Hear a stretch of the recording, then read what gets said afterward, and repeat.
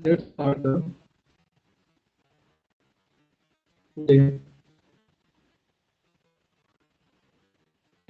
Temperature. Sir आपकी आवाज बहुत ब्रेक हो रही है।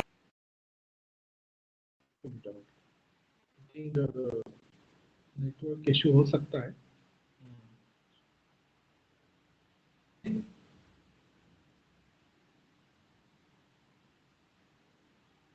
अभी आती है आवाज? Yes sir.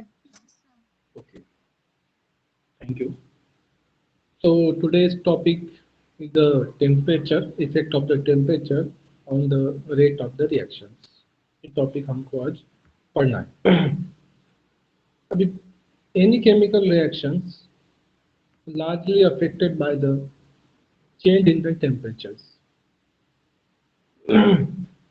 टेम्परेचर अगर जब चेंज होता है तो कोई भी रिएक्शन के अंदर रेट ऑफ द रिएक्शन पे सबसे ज्यादा इफेक्ट होता है।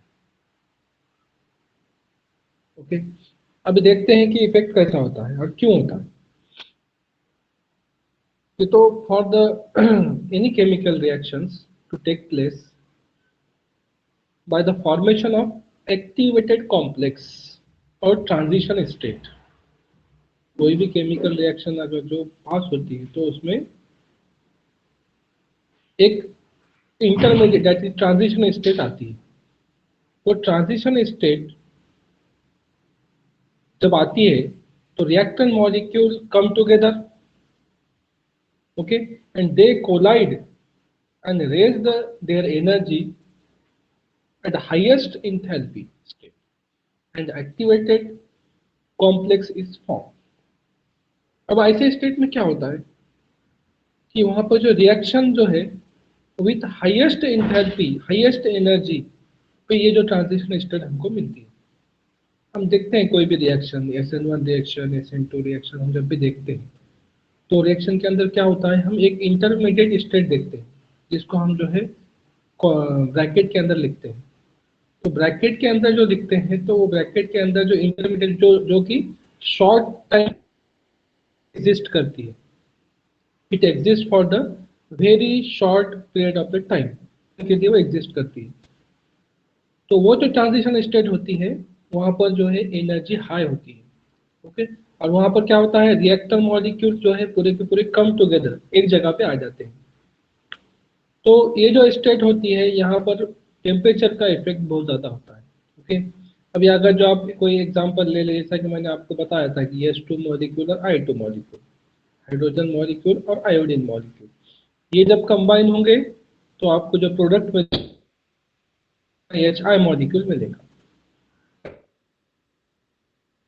आयोडीन से आपको HI मॉलिक्यूल मिलेगा। तो HI है, ये प्रोडक्ट है रिएक्शन। अब ये जो प्रोडक्ट है, ये प्रोडक्ट फॉर्म होने से पहले, यानी रिएक्शन ने रिएक्शन स्टार्ट की, रिएक्टेंट से प्रोडक्ट के बीच में एक स्टेट आएंगी जिसको हम क्या बोलेंगे, ट्रांजिशन स्टेट। यहाँ पर क्या होगा, यहाँ पर एक ऐसी स्टेट रहेंगी जहाँ पर हाइड्रोजन बॉन्ड खुद ब्रेक होने की कोशिश करेंगे। जैसा कि H2 मॉलिक्यूल है तो उसमें क्या हाइड्रोजन बॉन्ड ब्रेक होने की कोशिश करेंगे। एट द सेम टाइम वही हाइड्रोजन बॉन्ड जो है क्या करेंगे, हाइड्रोजन आइटम्स आयोडीन के साथ न्यू बॉन्ड फॉर्म करने की कोशिश करेंगे। यानी एक तो बॉन्ड ब्रेक हो रहा है, एट द सेम ये जो स्टेट साइमल्टेनियसली चलता है तो ऐसे हम क्या बोलते हैं, ट्रांजिशन स्टेट। ओके, तो जो है एनर्जी क्या रहती है उसकी, हाई रहती है। Energy high means high enthalpy रहती है। ओके, तो hydrogen and iodine molecule come face to face and bond between the hydrogen and iodine become weak, and at the same time hydrogen and iodine be isolated due to instability. Okay, it is rapidly decompose into the HI molecules. तो fast reaction होती है, okay, rapidly HI molecule, okay. और यहाँ पे जो conversion, जो यहाँ पे की एनर्जी है, energy enthalpy difference between the reactant and the activated complex is called as activation energy. जो दोनों में डिफरेंस आ रहा है एनर्जी का, तो जो एनर्जी का डिफरेंस है वो क्या है, एक्टिवेटेड एनर्जी। अब एनर्जी ऑफ एक्टिवेशन बोलते हैं हम उसको, ई ए से हम उसको रिप्रेजेंट करते हैं, कैपिटल ई ए से, और it is like minimum level है up to reactions to occur. अब कोई भी एनर्जी, कोई भी रिएक्शंस को रिएक्टेंट से प्रोडक्ट में कन्वर्ट होने के लिए कुछ ना कुछ अमाउंट में एक्टिवेशन एनर्जी लगती है, ओके। अगर जो उसके पास वो एक्टिवेशन एनर्जी नहीं तो रिएक्टेंट में, तो कंडीशन क्या है, उसके पास कुछ ना कुछ अमाउंट में एक्टिवेशन एनर्जी होनी चाहिए। फॉर एग्जांपल कोई रिएक्शन है, ओके, अब वो रिएक्शन, अगर जो रिएक्टेंट रिएक्शन आप कर रहे हैं, रिएक्टेंट प्रोडक्ट में कन्वर्ट नहीं हो रहा है, तो उसका मतलब क्या है, उसके पास एक्टिवेशन एनर्जी की कमी है। तो आप क्या करेंगे, फिर उसको एक्टिवेशन एनर्जी सप्लाई करेंगे। अब एक्टिवेशन एनर्जी सप्लाई कहाँ से कर सकते हैं, जब उसके पास खुद की एक्टिवेशन एनर्जी नहीं है, एक्सटर्नली एक्टिवेशन एनर्जी सप्लाई करेंगे। अब एक्सटर्नली एक्टिवेशन एनर्जी कौन से फॉर्म में दे सकते हैं आप, in the form of heat energy दे सकते हैं, ओके। टेम्परेचर दे सकते हैं आप उसको, ओके। टेम्परेचर देंगे तो उसकी एक्टिवेशन एनर्जी बढ़ेगी, और एक्टिवेशन एनर्जी बढ़ेगी तो फिर उसको हेल्प होगी रिएक्टेंट से प्रोडक्ट में कन्वर्ट होने के लिए। तो वही चीज़ को जो है हम जो है यहाँ पर बात को जो है एक्सप्लेन करने के लिए यहाँ पे एक इक्वेशन है, वो अरेनियस इक्वेशन बोला जाता है उसको। तो अरेनियस इक्वेशन इन सारी चीज़ों को एक्सप्लेन करता है कि how the activation energy is required for the conversion of the reactant molecule into the product. Okay, so the molecule which have the minimum level up to energy, okay, activation energy are called as activated molecules and only they convert to the product. वही responsible है product में conversion होने के लिए, okay. तो उसी के base पे यहाँ पे प्रोडक्ट में क्या होगा, कन्वर्जन होगा। तो ये बात को जो है हमको समझना चाहिए कि activation energy is most important. अब जिसके पास खुद की एक्टिवेशन एनर्जी नहीं रहेगी तो हम उसको सप्लाई करेंगे, सप्लाई करेंगे मीन्स टेम्परेचर इंक्रीज करेंगे, means temperature is responsible, temperature क्या रहेगा फिर, temperature is responsible for the conversion of the reactant to the product because temperature increases the activation energy of the reactant molecules, okay. जितनी activation energy बढ़ी है वो कैसा calculate करेंगे, the energy of the reactant and energy of product, दोनों में जो difference रहेगा उसको हम क्या बोलेंगे, that is the activation energy supplied, okay. तो उसका भी एक इक्वेशन है, RNS equation, RNS, okay. RNS equation क्या होता है, क्या है, A is equal to capital A t to the power minus c divided by RT, okay। ये आरएनएस का इक्वेशन कुछ और तो करेंगे फॉर्म में।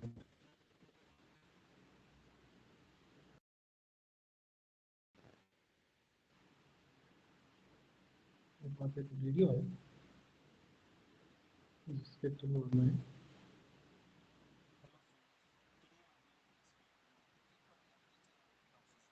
तो रेट ऑफ द रिएक्शंस की बात कर रहे हैं हम लोग। तो यहाँ पर रेट ऑफ रिएक्शन को स्टडी करने के लिए अरेनियस इक्वेशन को थोड़ा सा हम समझने की कोशिश करेंगे, ओके। तो ये कन्वर्जन में क्या करेंगे, इफेक्ट देखेंगे, effect of the temperature on the rate of the reactions.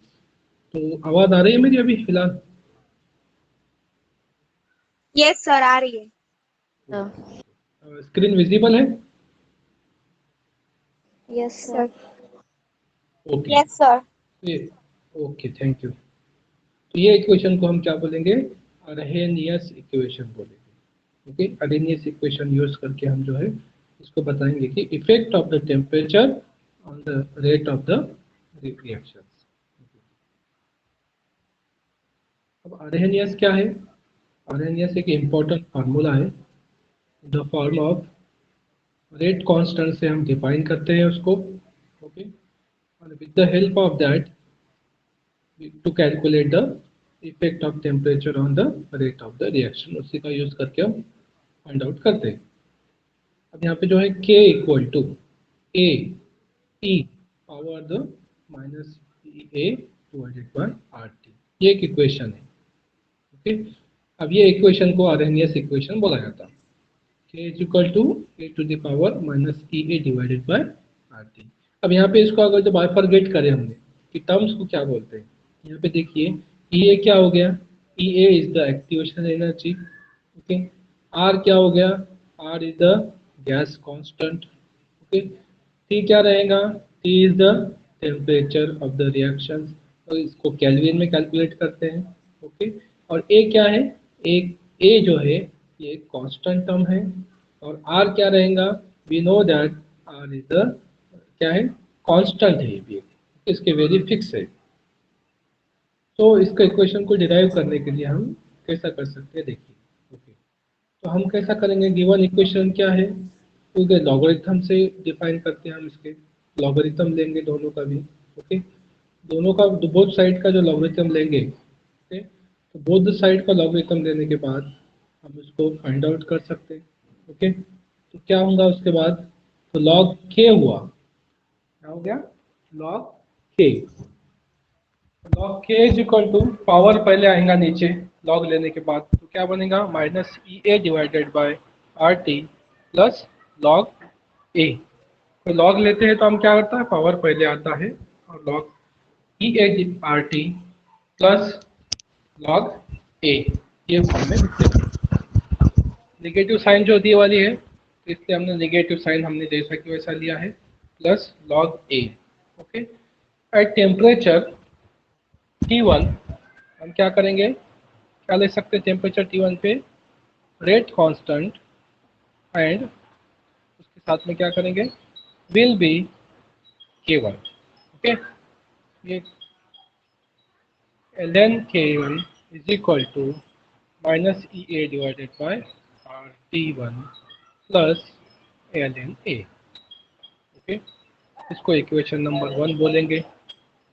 Then similarly we can go for the temperature T, so temperature T2, rate constant will be K2. How can we derive, ln K2 is equal to minus EA divided by T2 plus ln A. This is equation number 2.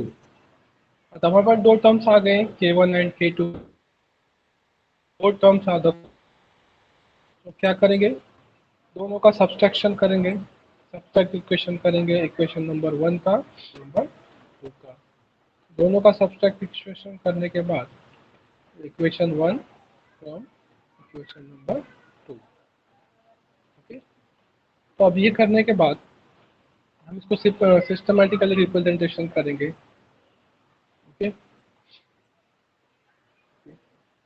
ln K2 minus ln K1, okay, equal to minus EA divided by RT2 plus ln, अब इसमें से हमको minus करना है, minus पूरी terms EA upon RT, okay, plus ln A, इस तरह से हम इसको सब्सट्रैक्ट करेंगे।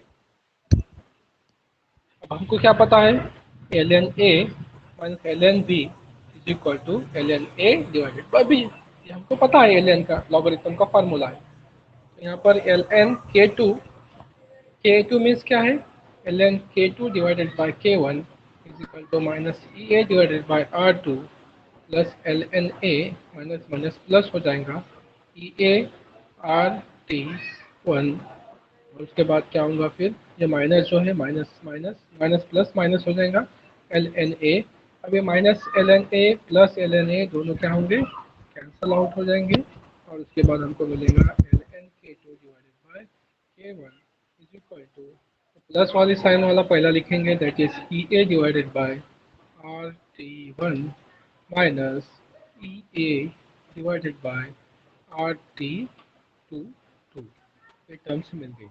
अब कॉमन थिंग्स क्या रहेंगे फिर, लॉन L N K two divided by K one is equal to E A दोनों में कॉमन है और उसके बाद आर कॉमन है, बाकी रिमेनिंग क्या रहा फिर one upon T one minus one upon T two, this is the common. तो ये common term, then what we have to do, we have to convert into the logarithm forming, okay, so we have to convert into the, convert करेंगे इसको, convert कैसा करेंगे, convert in the into the log by multiplying number 0 3। इससे अगर जो हम multiply करेंगे तो नेक्स्ट पार्ट मिलेगा हमको, what we will get here ln k2 divided by k1 equal to then EA divided by R in bracket 1 divided by T1 minus 1 divided by T2. Okay, the equation I am having. Then now I am multiplying. Okay, for the convert into the log base 10.